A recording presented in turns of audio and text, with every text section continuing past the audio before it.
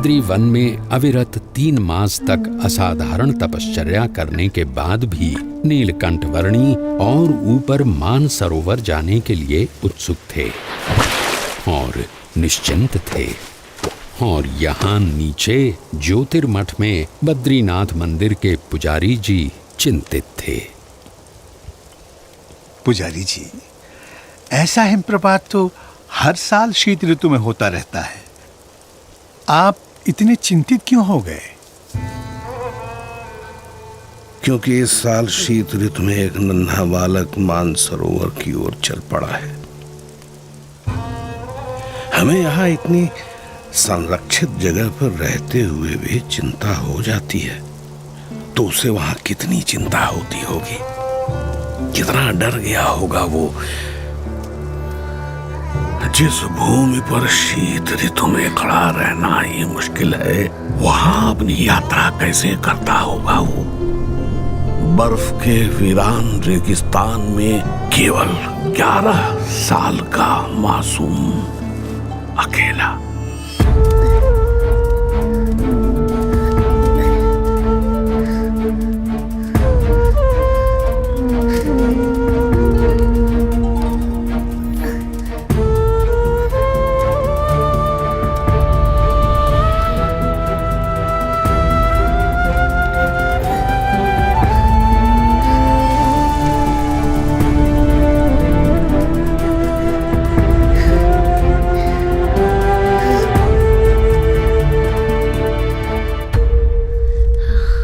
रुके हुए रास्तों से भी मार्ग निकालकर नीलकंठ वर्णी आगे बढ़ रहे थे। जहां ठंड से लड़ते लड़ते सूरज की किरणें भी हार जाती थीं, वैसे बर्फ के रेगिस्तान में सूरज से भी अधिक देदीप्यमान रहते हुए।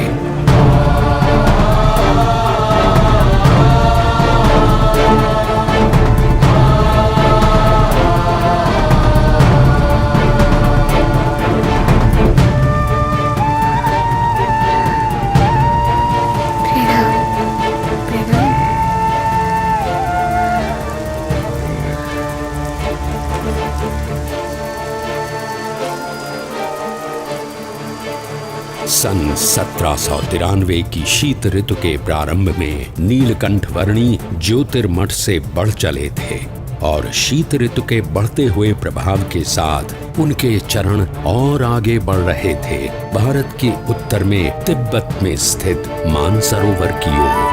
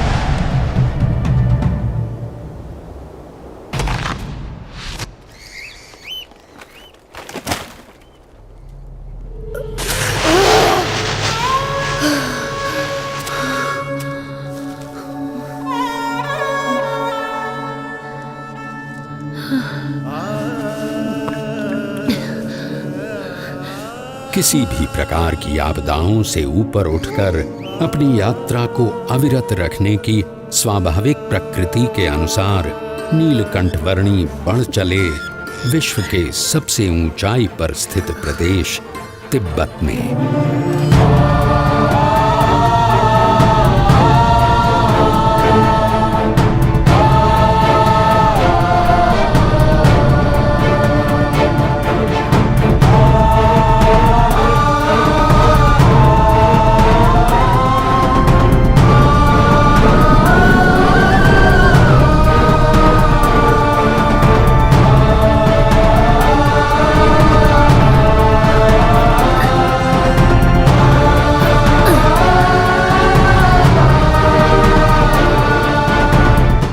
मानो कोई भी विपत्ति ऐसी बनी ही नहीं थी जो नीलकंठवर्णी के सदा आगे बढ़ रहे चरणों को रोकने में समर्थ हो।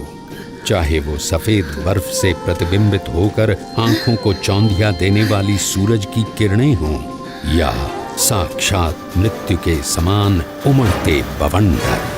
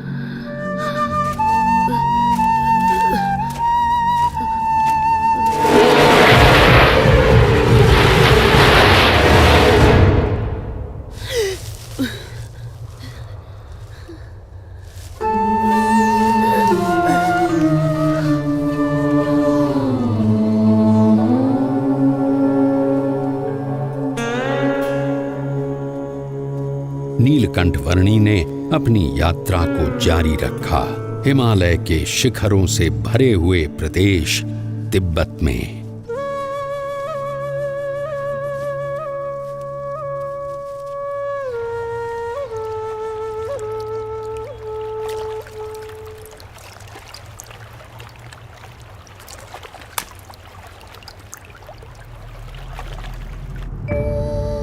हिमालय के उत्तुंग बर्फीले पर्वतों का विश्व तिब्बत, जिसकी औसतन ऊंचाई 16,000 फीट है और जो विश्व की छत कहलाता है, वहां शीत ऋतु में 0 से नीचे 40 अंश तक के तापमान में नीलकंठवर्णी अकेले मानसरोवर की ओर बढ़ रहे थे।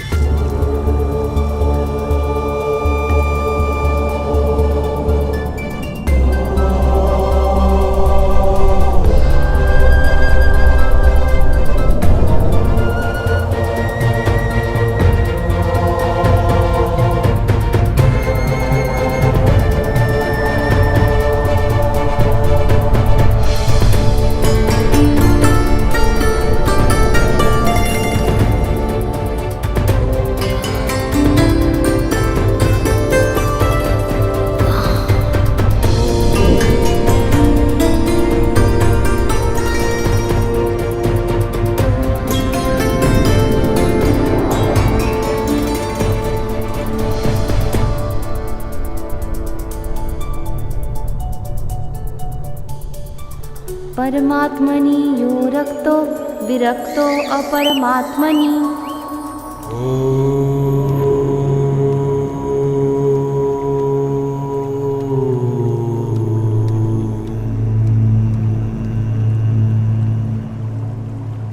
ज्योतिर्मठ से मानसरोवर की यात्रा शुरू करने के लगभग 4 महीनों के समय में नीलकंठवर्णी आ पहुंचे कैलाश पर्वत के निकट स्थित क्षेत्र में।